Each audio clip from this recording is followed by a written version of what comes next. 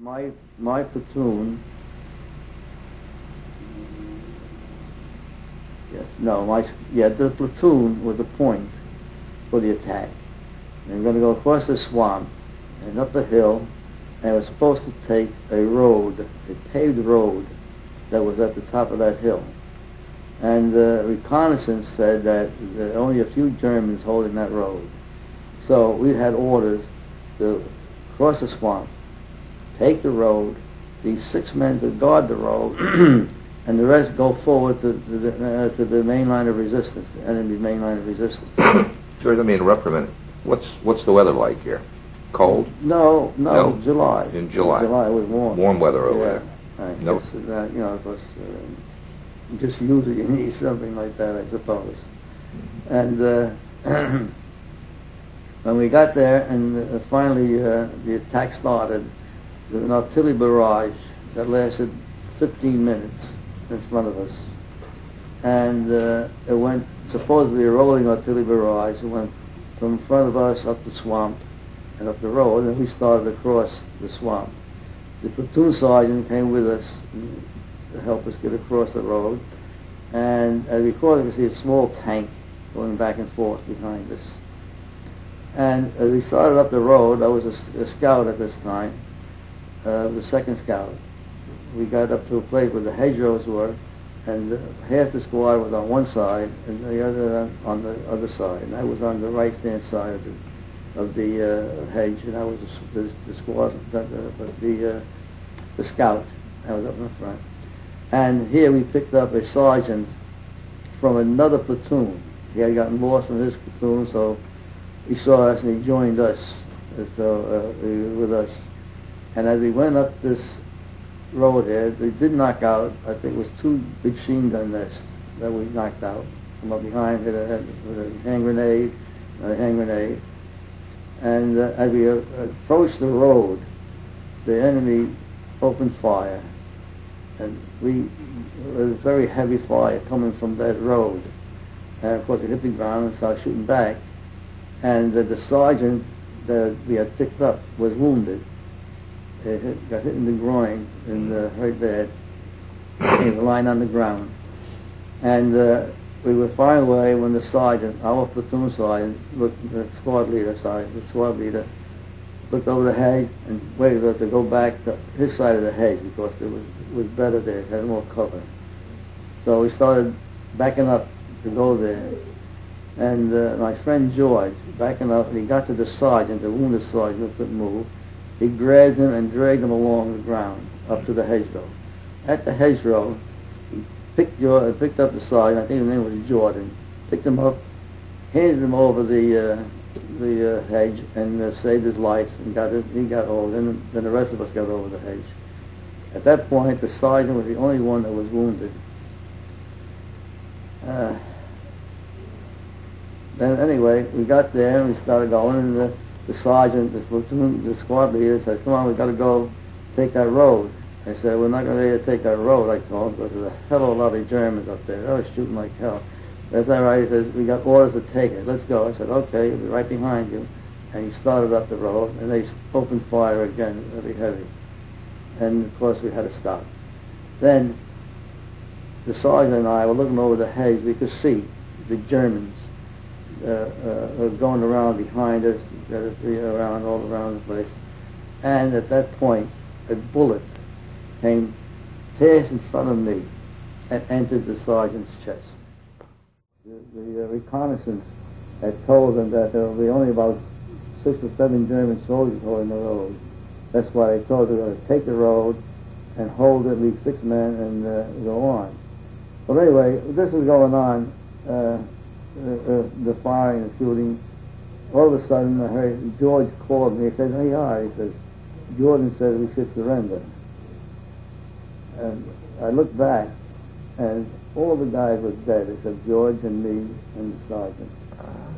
And I got to tell you that the world turned black. I don't know if I fainted or what, but everything,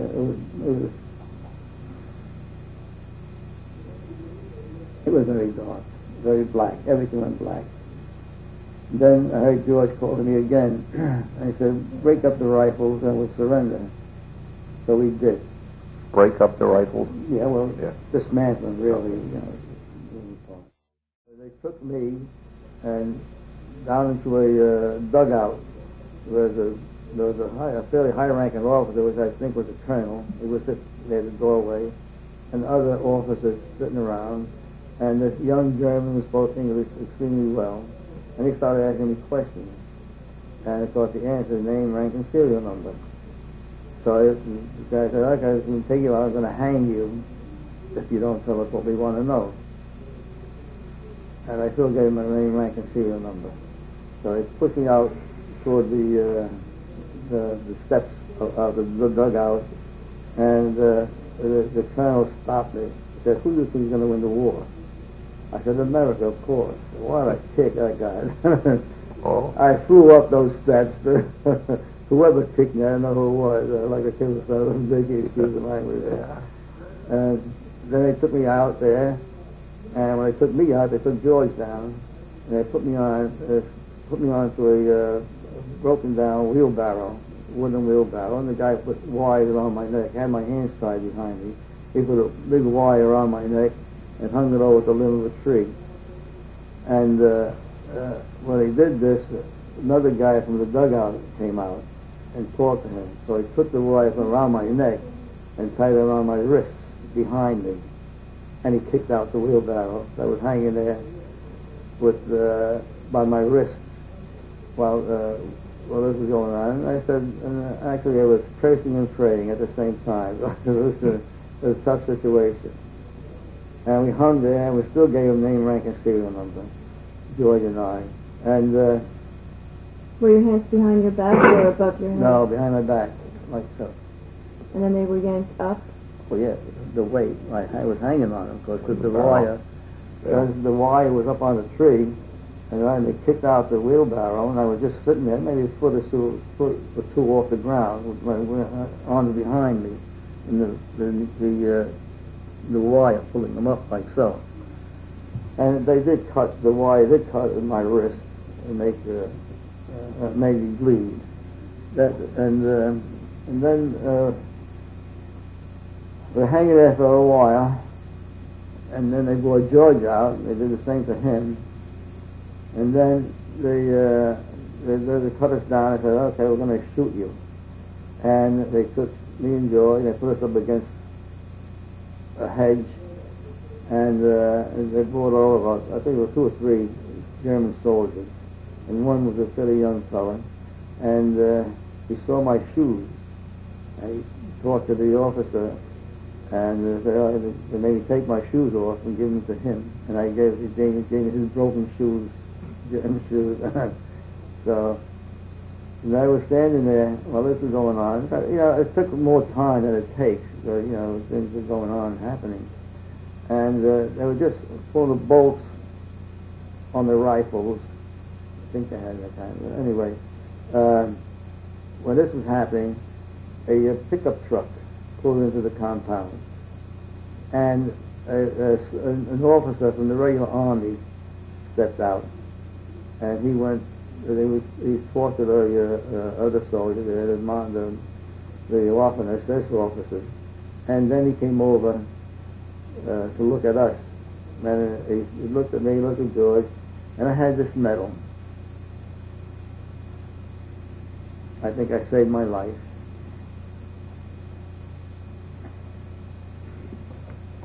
He looked at that and said, "You've got to leave?" I said, "Yes." There's a German for that. Now, this my sister gave me.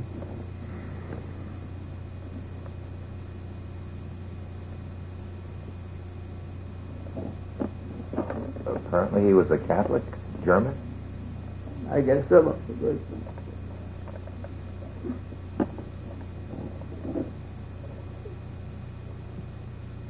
He asked if you were Catholic. Yes. And so the day went on like that, and we would work through the day, and then they'd take us back to the barracks, and there were a couple of guys that would be doing the cooking, soup of some kind, usually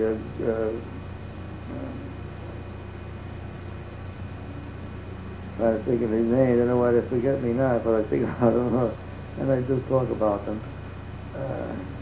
Did you have that black bread that was made out of sawdust? Yes.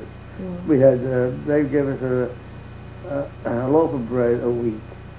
But if you got the bread, you could squeeze it into one, like one little ball. There was not much in there. And that was the bread. Also, now, they were supposed to give us, we were supposed to get Red Cross parcels. And at the beginning, the first month or so, you used to get one for two guys, which wasn't bad. It was nice food in there. But then it stopped. And we think, well, the damn Germans are keeping it for themselves, so they didn't have much more to eat either. And the bread, they said, was squish it down one little nothing. Then, I guess then the time came with the, we found out later, was the Battle of the Bulge. And but seemed suddenly there was no more bombing. And so we got worried about this. How come? But we from twice a day to nothing. Something is radically wrong. And then one day, the German sergeant, I call him a son of a bitch, went to overseer Weiss. He called in, called us in, and he showed us the black headline of a German newspaper.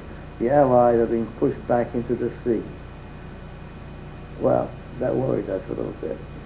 And we were waiting there and seeing nothing happening, and we were really worried. But anyway, then one night, oh no, wait, first, all right, we went to work on a Sunday, and we were working on the railroad, and down comes this Frenchman. Of course, the French had been prisoners a long time, some of them, so they let them out by themselves for this time. And one of the guys told him, said, hey, oh, he says, call this guy, see if he knows, because a lot of French have clandestine radios and to hear the news and something, that he speaks Italian. So I stopped him and I asked him what was going on. No, he says, the Allies have cut Germany into zones, and they should be here next week. I thanked him. I think the poor guy is stark crazy. He said the Allies are going to be here next week doing this. We all laughed. Nobody believed it because nothing was happening. Mm-hmm. So anyway, we went back to the barracks and work, and then the next day, guys went. They didn't take us out to work. So some of the guys went to work in the factory though. And when they came back, they said the Germans were getting all the papers and were burning a lot of papers. They said maybe the French guy was right. They're coming here. And then late that night, we were all sitting, the lights were out, we had to sit there, and all of a sudden we heard a machine gun. Unmistakably American, because the Germans go zip, zip, zip, boom, boom, boom. So they're here, we jumped out, they're here. We jumped and ran out to the windows, but it stopped. Then we said, well, it was probably a reconnaissance outfit group got through and had to defend themselves against the Germans. Mm-hmm. And we were sitting there, and they kept us there out of work. They kept us in the building there for days. And George and I, one day, were looking out a window, and a short ways off there was a road, and you just see a small part of the road. And while we were watching, along came a truck. A small truck came driving up the road. All of a sudden, out of the sky comes zoom, looked like a Mustang, and shoot the hell out of that truck. Hey, they got to be close with it because those things don't have that far range, you know. And they were. During the night, we started hearing the artillery blowing off, and the next morning, the Germans got us out.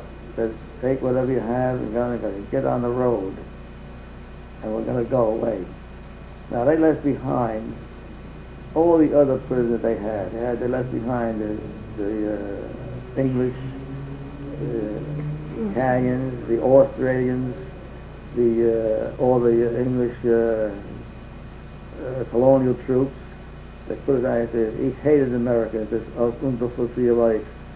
He said, the Amerikanski come making kaput the fatherland. And now I figure they should have kaputed it even more. But anyway, we were marching. We were walking along the road this day. You could hear the battle going on, the artillery blowing off.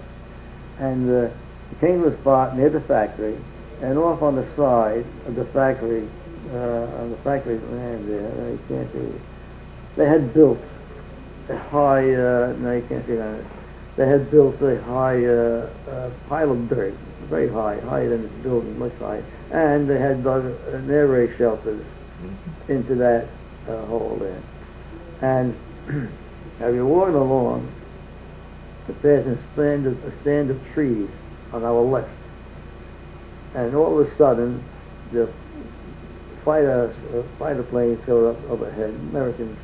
I don't know what they were, but anyway, the guys in the aircraft gun, we didn't know was there, they opened fire at those planes.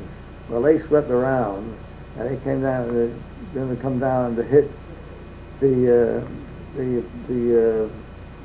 anti-aircraft gun. So we saw it coming. We ran like hell. George and myself, and Vince Cassidy was the other guy there, and another guy. We ran into that tunnel, and they came down and hit the anti-aircraft gun. Well, into the tunnel, there were Italian prisoners were there, and they said, "Hey, I saw some on there," you know. But then sergeant, the Unteroffizier Reich, The one who really had it in for you. yeah, that son of a bitch, excuse the language, yeah, I'm sorry. He came in with his pistol drawn, and he had, Amerikanische raus here, raus. The Germans were okay, they pushed us out. There was three of us, four of us was and we started walking towards the road where the rest of the GIs were. And I happened to look around, and there was this bastard. He had his pistol out, and he was aiming at us. I said, "He's going to shoot us," and we all turned around. And actually, he pulled the trigger. I heard the hammer hit more than once.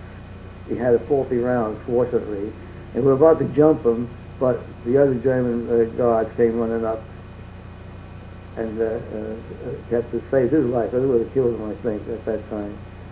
And then we got back into the line and marched. We marched to the city of Nuremberg. Was it Nuremberg? I think it was. Yeah, I'm pretty sure it was Nuremberg that we marched to. And then they locked us up in a building. And we could hear then, during the night, we could hear the fighting going on, the shooting, the Americans and the Germans, you know. And the Germans finally in the morning, the Germans took off and they left us there. And then finally, when it got daylight, we broke out. And I said, rather than everybody go running around all over the place, two guys said they were going to go out, they're going to see what they make contact with the whoever it was, hopefully it was Americans, and we get liberated that way. So they did. They went out and they met a jeep with a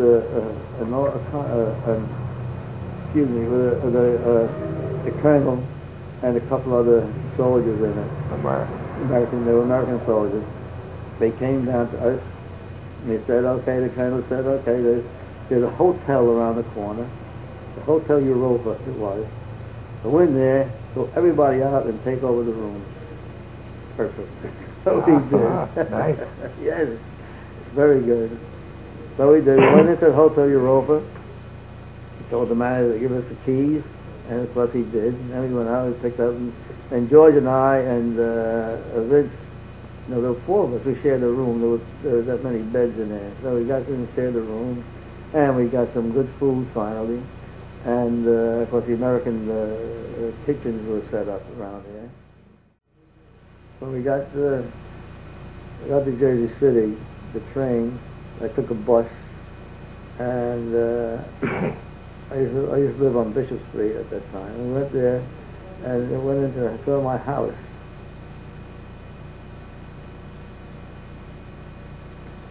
And the first one to see me was Beauty, the dog. She had a long time. And she came running out. And my mother,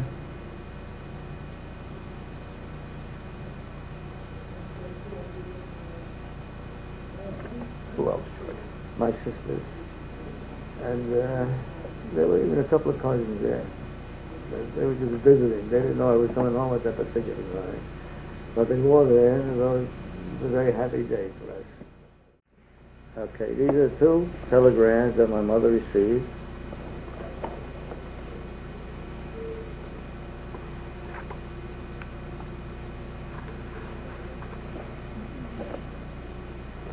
Telling that I was liberated.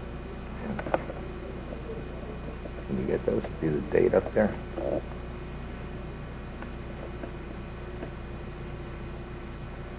What a great piece of information for your mother to Oh, receive. yeah. Yeah. Yep. Is that good?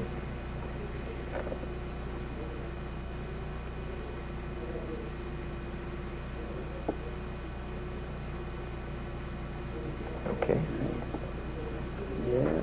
As a matter of fact, I just thought about this.